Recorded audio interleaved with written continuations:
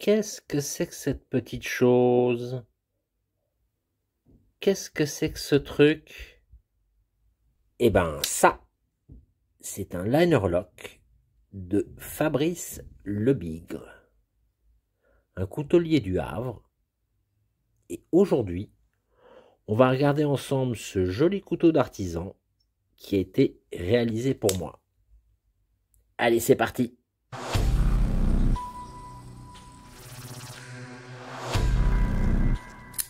Bonjour à tous, vous êtes sur Lame de Pique, la chaîne des collectionneurs de couteaux.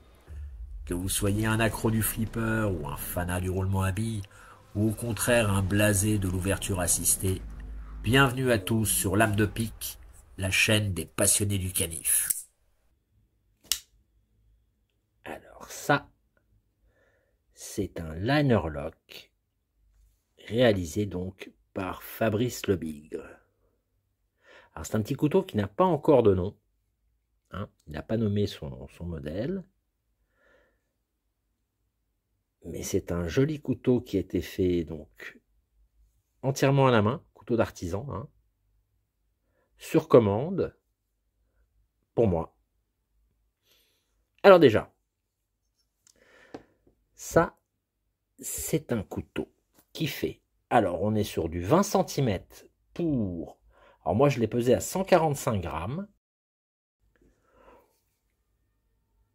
On a une lame de 3 mm d'épaisseur en acier 14C28N. Alors tu vois que c'est une lame de forme à dos plat, avec cette très belle émouture, alors émouture sabre, émouture Scandi, en tout cas c'est une émouture creuse, avec une très belle finition satinée, et alors qu'il est d'une finesse, mon ami, c'est une lame de rasoir, ce truc. C'est, je crois, un de mes couteaux les plus fins, hein, qui a l'émouture la plus fine. C'est... À chaque fois, j'ai peur de me couper presque, hein. Il est incroyable. Alors, mon modèle, il est avec des plaquettes en micarta. Tu vois, un très joli micarta rouge qui a été poli. Vraiment très sympa et comme texture et comme rendu visuel. Il m'a fait un guillochage sur le dos du couteau tel que je lui avais demandé. C'est un guillochage un peu de, si tu veux, avec des motifs géométriques. Il a plusieurs types de guillochage. Ça, je te laisserai aller voir sur son site internet. Moi, je voulais quelque chose, voilà, d'assez sobre et de, voilà, de moderne. Il m'a fait un jimping sur le début du dos de la lame, qui est en fait une prolongation, tu vois, du motif du guillochage. Donc c'est très pratique et très joli, élégant, hein. Tu vois, c'est un modèle, je trouve vraiment qui allie l'élégance et la sobriété. C'est vraiment un beau couteau pour la table, pour moi, ça, hein. Jolie petite forme. Alors, donc, on a cette lame à dos plat. Au départ, son premier modèle, c'était un couteau qui avait une lame qui était plutôt en drop point. Et donc, le manche était différent. Il était moins, si tu veux, moins arrondi ici.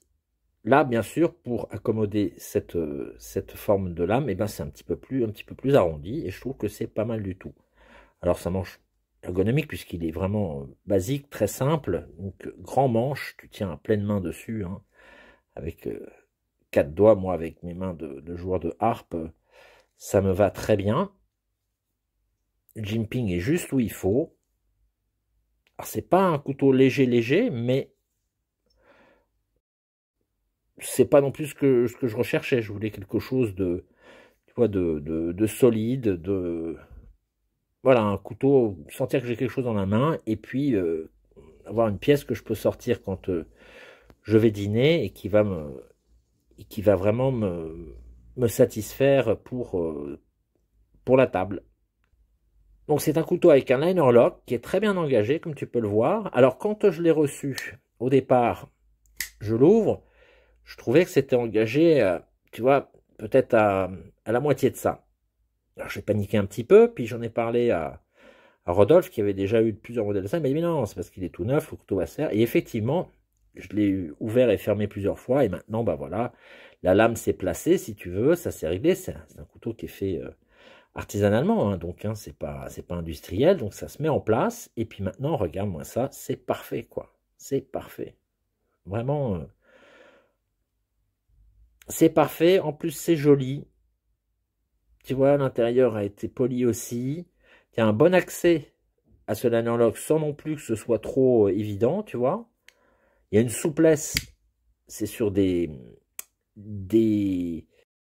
c'est sur des washers en téflon, hein, donc des petites rondelles en téflon. C'est bien que tu as vraiment une... C'est presque... C'est très fluide. Voilà, c'est très fluide. Il n'y a pas du tout de raclement comme tu pourrais avoir avec un roulement à billes. C'est une sensation très agréable. Alors l'ouverture, tu vois, c'est un front flipper qui s'ouvre comme ça d'une main avec un petit coup de poignet, parce que comme je t'ai dit, ça c'est pas sur des roulements à billes, hein, donc puis en plus il est tout neuf. Tu pourrais éventuellement le slow roller, l'ouvrir doucement comme ça, mais moi j'y arrive pas déjà. Voici, voilà, doucement. Bah, il est en train de se faire, hein, donc c'est pas encore super fluide, hein. Disons qu'il y a encore un peu de résistance, mais je vois sur ceux que j'avais essayé au salon à Rouen, et puis je vois ceux que Rodolphe manipule, il arrive très bien à les ouvrir comme ça, donc en slow roll, voilà, en l'ouvrant doucement avec le pouce, de cette façon. Bon, moi je suis plus quelqu'un qui aime les ouvertures rapides d'une main. Il était hors de question pour Fabrice de mettre un ergot de pouce sur ce couteau, donc bon bah d'accord. Par contre, voilà, avec les petites cannelures qu'il y a sur le dos de lame et bah, la géométrie, la façon dont ce couteau a été conçu, ça s'ouvre très bien en front flipper. Voilà. La fermeture, bah, c'est pareil. Là, on est encore, je te dis, hein, c'est encore un couteau neuf, donc faut pas s'attendre non plus à ce que ça, hop là, à ce que ça soit un drop shot, c'est normal, hein, ça se fera petit à petit. Puis de toute façon, c'est pas vraiment ce que je recherche dans ce couteau-là, hein, c'est pas un couteau pour le fidget comme disent, hein. Ça, c'est vraiment un couteau pour la table, un couteau élégant, hein, et c'est pas un couteau pour jouer, quoi, on va dire. Au niveau du centrage de lame, bah écoute, c'est pas mal quand même, hein. On n'est pas 100%, mais bon, encore une fois, voilà, c'est un couteau artisanal, hein, et puis qui n'est pas sur roulement à billes, rien. Puis, attends, je trouve déjà qu'on est pas mal, hein, franchement, là. Voilà, puis après, on va voir comment ça va se régler au fur et à mesure. De toute façon, là, encore une fois, il est tout neuf, sorti de boîte, et déjà, je trouve qu'il a une action extraordinaire. Il n'y a absolument pas de jeu hein, sur la lame, c'est très bien conçu, très bien monté, superbe finition, très bon contrôle qualité, il n'y a rien à dire. Alors c'est un modèle que j'aime bien aussi parce que je trouve que c'est une construction très simple, tu vois, liner lock avec des plaquettes, tu as juste deux vis pour tenir les plaquettes, et c'est si tu l'ouvres que tu trouveras les vis de l'axe du pivot de la lame, hein. Mais sinon c'est dissimulé, c'est discret, et donc ça fait que tu es vraiment limité juste à la visserie nécessaire aux plaquettes. Et puis alors moi j'adore ce guillochage, vraiment magnifique, tu vois, qui est sur le dos du couteau et sur les platines, hein. Ça c'est une option, tu choisis. Alors pour le guillochage, eh ben, il peut te proposer différents styles, hein. Donc tu as des guillochages plutôt classiques qui sont vraiment très jolis. Bon là c'est simplement quelques exemples, hein. Il faut aller voir sur son site web, sur les différents modèles de couteaux. Il y a toujours des photos sur la tranche qui te permettent de voir un peu mieux les différents types de guillochage qu'il a l'habitude de faire. Donc là on a un motif un petit peu floral par exemple, un peu classique, mais tu as aussi des guillochages qui sont plus géométriques, et notamment, tu vois, il fait des guillochages sur le dos du couteau, mais aussi sur les platines, hein. Donc ça peut devenir très sophistiqué. Voilà, donc c'est très joli, c'est vraiment un travail très fin. Là encore, je te recommande de voir les vidéos de Chronique Coutelière, où on voit en gros plan le travail du guillochage sur les couteaux qu'il présente, et c'est vraiment magnifique. Donc moi j'ai aussi choisi de ne pas avoir la sorte d'acier gravée sur la lame. C'est comme tu veux, hein. Il te demande avant est-ce que tu veux voir la qualité de l'acier gravé sur ta lame ou pas. Moi j'en voulais pas, donc ça me va très bien comme ça. Et alors tu vois, cette émouture, c'est vraiment quelque chose de très particulier à Fabrice Lebigre, espèce de vague, tu vois, qui remonte un petit peu. C'est sa signature, c'est sa patte, quoi, hein. C'est vraiment... enfin, à ma connaissance, en tout cas des couteaux que moi que j'ai et que je connais, c'est le seul qui fait ça. Et je trouve que ça rajoute un peu... ça donne du style, tu vois. Je trouve que c'est élégant. Ça donne ça fait un couteau racé, comme on dit.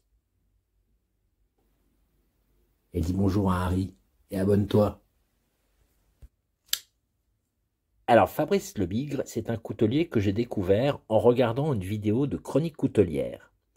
Il présentait un couteau qui avait été réalisé pour son fils et qui était un modèle qui s'appelle le Havrais, donc qui est un couteau, un London, et que Fabrice avait réalisé sur mesure avec des spécificités, des petites demandes particulières que son fils avait faites. Et j'ai trouvé que c'était très intéressant, que ça donnait un résultat vraiment plus que satisfaisant, un très joli couteau.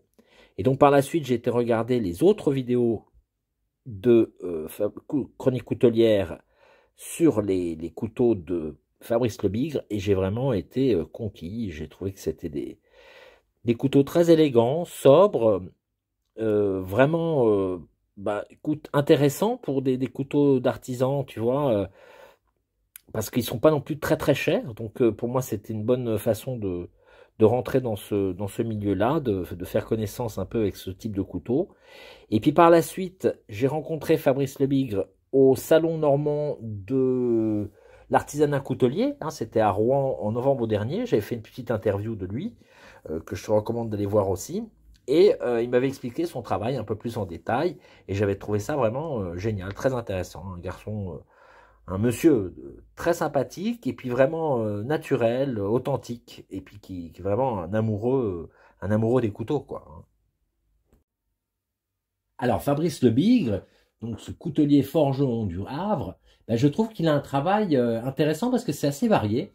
Donc, il fait par exemple des couteaux de cuisine, hein, que tu peux aller voir sur son site web, qui est pas mal fichu, hein. Donc là, tu vois qu'il y a quelques modèles de ce qu'il propose dans ce domaine-là.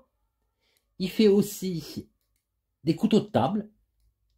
Alors, il y a essentiellement deux modèles avec différents types d'acier et puis de manches.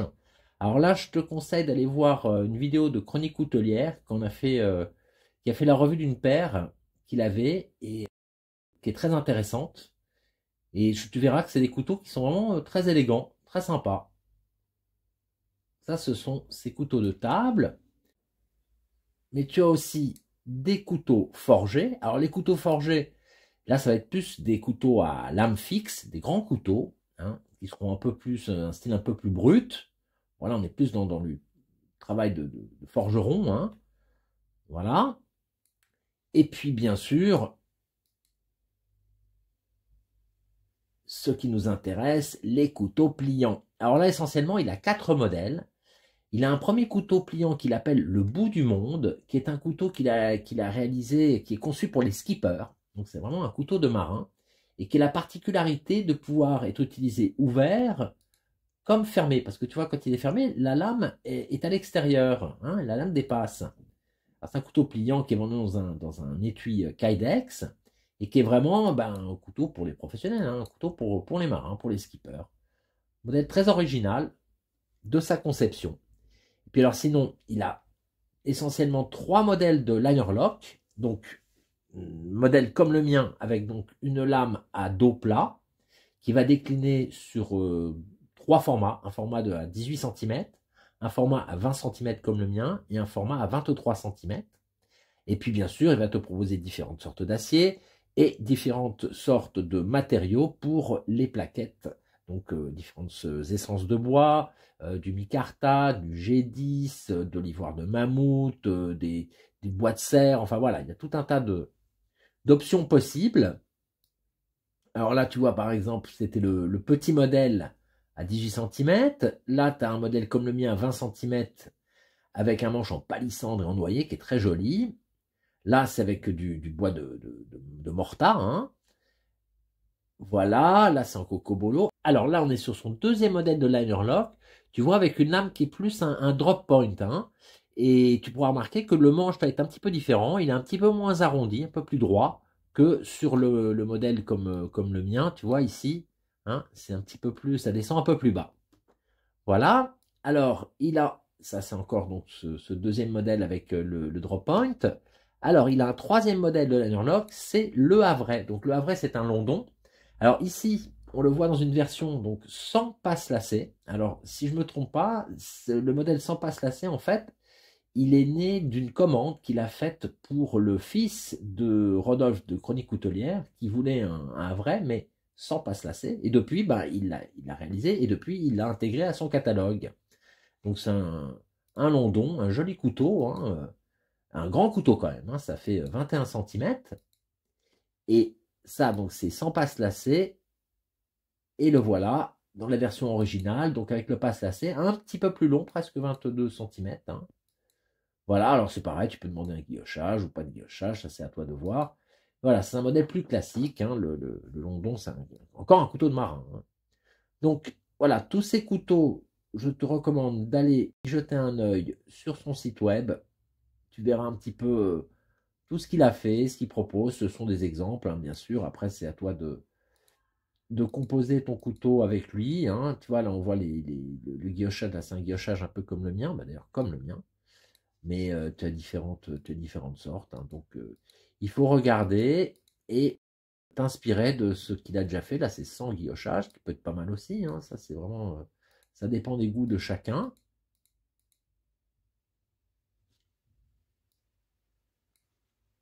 Qu'est-ce qu'on a là, par exemple? Tiens.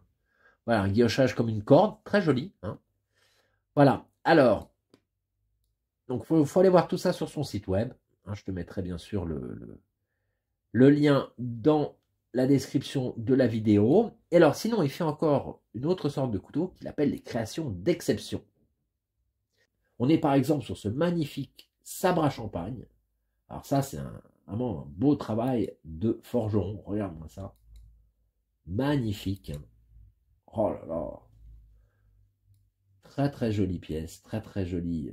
Et puis alors sinon, il y a aussi ce couteau de fou, là, inspiré de la série Game of Thrones. Alors là, c'est un truc qui fait presque 40 cm, avec, si je ne me trompe pas, un pommeau sculpté en tête de loup. Voilà, regarde-moi ça. Très jolie pièce. Bon, ça c'est vraiment pour les amoureux des couteaux. Et puis, le Cobra. Alors ça, c'est un couteau d'une pièce, hein, forgé, sculpté avec un motif de cobra, regarde-moi ça. Une tête de cobra, le pommeau. Alors ça, c'est encore voilà, une belle pièce de forgeron quand même. Très original, hein, un beau couteau. Voilà, et puis alors il fait aussi des couteaux qui sont presque des bijoux et qui ont la particularité d'avoir des pierres précieuses ou semi-précieuses qu'il incruste sur le dos du couteau. Donc là aussi, je te recommande une vidéo qui est sur Chronique Coutelière, où il avait justement présenté ce petit-là, avec donc lame Damas, et puis donc un petit saphir et 2 diamants incrustés sur le dos du couteau. Vraiment des très jolies pièces, des couteaux d'exception. Et puis enfin, il fait aussi ses propres étuis, donc là, pareil, de A à Z, hein. Donc avec différents types de cuir. Alors, il y a d'abord des étuis Kydex pour son couteau le bout du monde, et puis tu as des modèles d'étuis pour les couteaux comme le mien, Donc, tu as par exemple ceux faits avec de la peau d'iguane, alors teinté bleu comme le mien ou rouge, très élégant, vraiment joli. Alors, c'est très raffiné, hein. Il va même te gainer le bouton de l'étui, quoi. C'est vraiment magnifique. Alors, celui-ci, je l'avais vu au salon du couteau là, de Rouen. Alors, ça, c'est marrant, cette incrustation, là, ça, c'est du galucha. Alors, je ne savais pas ce que c'était que du galucha. Galucha, c'est de la peau de raie. Alors, c'est quand même très sophistiqué. Alors, il faut savoir que tous ces étuis sont doublés de peau d'agneau. Donc, c'est vraiment des couteaux, des étuis de grande qualité. Voilà. Et puis, bien sûr, il a des modèles en cuir classique, hein, qui coûtent un petit peu moins cher, mais qui sont tout aussi bien faits et tout aussi intéressants. Donc, Fabrice m'avait expliqué que de formation, il était chaudronnier. C'est comme ça que il avait découvert les aciers, les traitements thermiques. Et donc, c'est pour ça aussi que c'est un coutelier forgeron, hein. Il prend plaisir à forger lui-même ses lames. D'ailleurs, je crois qu'il propose des ateliers d'initiation à la forge, qui ont l'air d'être très intéressants, hein. Alors, sur son site internet, il explique qu'il a appris la coutellerie aux côtés de grands couteliers comme Christophe Lacaze, qui fait des couteaux qui sont vraiment, qui sont presque plus des bijoux que des couteaux, hein, des pièces très sophistiquées. Et puis aussi aux côtés de Jean-François Genex. Alors lui, c'est plus des couteaux forgés, hein, et je trouve que ces deux influences se retrouvent vraiment dans son travail, hein, comme on pourra le voir un petit peu dans son catalogue. Voilà, et ce que je trouve intéressant avec Fabrice Lebigre, justement, c'est qu'il réalise des pièces très variées. Il a un travail, voilà, hétéroclite. Donc tu vois, il m'a réalisé ce superbe couteau, mais en plus, je lui ai demandé de me fabriquer l'étui qui va avec. Et regarde-moi cette petite beauté, regarde-moi ça. Alors, ouais, c'est le premier étui que je vois comme ça. Enfin, c'est pas le premier que je vois, mais c'est le premier que je possède comme ça. Regarde-moi ça. C'est en peau d'iguane, teinté en bleu. Alors, j'en avais déjà vu un teinté en rouge, justement au snack de Rouen. Et alors, c'est lui qui fait tout, hein. C'est tout fait à la main, sur mesure. Là, tu vois, j'ai demandé en port horizontal, donc il me l'a fait de façon à ce que je puisse me glisser à la ceinture et le porter horizontalement. Il a gainé le bouton, hein, de cuir. Regarde-moi ça. C'est quand même... c'est... Alors, à l'intérieur, tu vois, c'est doublé, hein. C'est doublé en cuir d'agneau. Il a mis un petit patch ici pour pas qu'on raye. Tu vois, pour pas que le bouton vienne rayer les plaquettes du couteau. Enfin, vraiment, du très beau travail. Très beau travail, hein. Regarde-moi ça, regarde-moi cette teinte. Ah, c'est au toucher comme à la vue. C'est vraiment un superbe étui qui va très bien avec ce couteau, tu vois, qui était rouge. Ça fait vraiment un... Non? Moi, je trouve ça génial, quoi. Voilà, je suis très très content. Vraiment, du beau travail. Et je crois que c'est un de mes plus beaux couteaux, ça, hein, vraiment. Voilà, tu vois. Donc, c'est un couteau qui a été fait sur mesure, hein, enfin, sur mesure, qui a été fait à la commande. Couteau d'artisan. Alors, j'aurais pu demander, par exemple, à avoir des petites intercalaires. Ici, il a des modèles où il rajoute des intercalaires en G10. Alors, par exemple, j'aurais pu mettre un peu de blanc, enfin, faire quelque chose d'un peu plus élégant. Mais là, pour le premier couteau que je réalisais, enfin, que je faisais réaliser par lui, je voulais quelque chose de pas trop compliqué, déjà, parce que je voulais voir ce que ça donnait, puis aussi c'est une question de budget. Alors ceci dit, ça c'est un couteau qui m'a coûté donc 260 €, hein, entièrement réalisé à la main, avec de très beaux matériaux. Je trouve que c'est très très correct, hein. C'est franchement, pour les guillochages, il y a aussi la possibilité d'avoir du guillochage à l'intérieur, donc sur les platines ici, quand on regarde l'intérieur du couteau. Ça c'est une petite sophistication que tu peux demander à rajouter aussi, hein.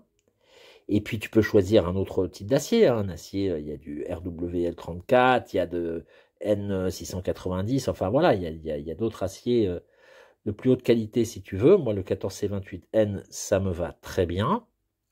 Et puis, concernant l'étui, bah, comme je t'ai dit, il y en a plusieurs sortes, de plusieurs cuirs différents. Celui-ci m'a coûté 110 euros. Voilà, 110 euros. Fait pareil, tout à la main, selon mes indications. Enfin, voilà, en fonction de ce que je voulais. Donc, c'est quand même pareil. Il y en a qui trouveront ça peut-être un petit peu cher. Moi, je trouve que pour le travail et les matériaux, c'est très correct. Après, voilà, tu n'es pas obligé d'acheter l'étui, hein, mais puis tu peux prendre un étui qui coûte moins cher aussi. Mais moi, je voulais, quitte à me faire un couteau comme ça, custom, avoir l'étui qui allait avec, surtout que c'est lui qui fabrique tout, quoi. Alors, tu vois, au niveau des finitions, c'est un travail excellent. Hein. Tu sens rien, là, il n'y a pas de... tu sens un petit peu une démarcation, parce qu'ici, c'est guilloché, ici, ça l'est pas, mais c'est vraiment... voilà, il n'y a pas d'espace, il n'y a pas de... C'est hermétique, c'est vraiment très très bien fait. J'adore cette lame. Et puis je te dis, elle est une finesse, mais c'est incroyable. Hein. Voilà. Donc ici, tu as ce petit retour pour dissimuler le liner lock, tu vois. Hein.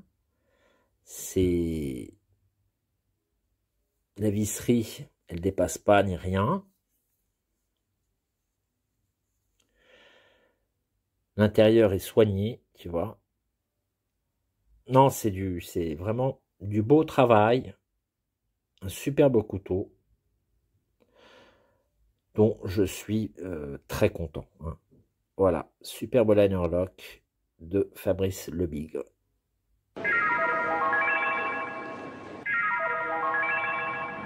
Voilà, j'espère que ça t'a plu. Laisse un commentaire, like, abonne-toi et à très bientôt sur Lame de Pique.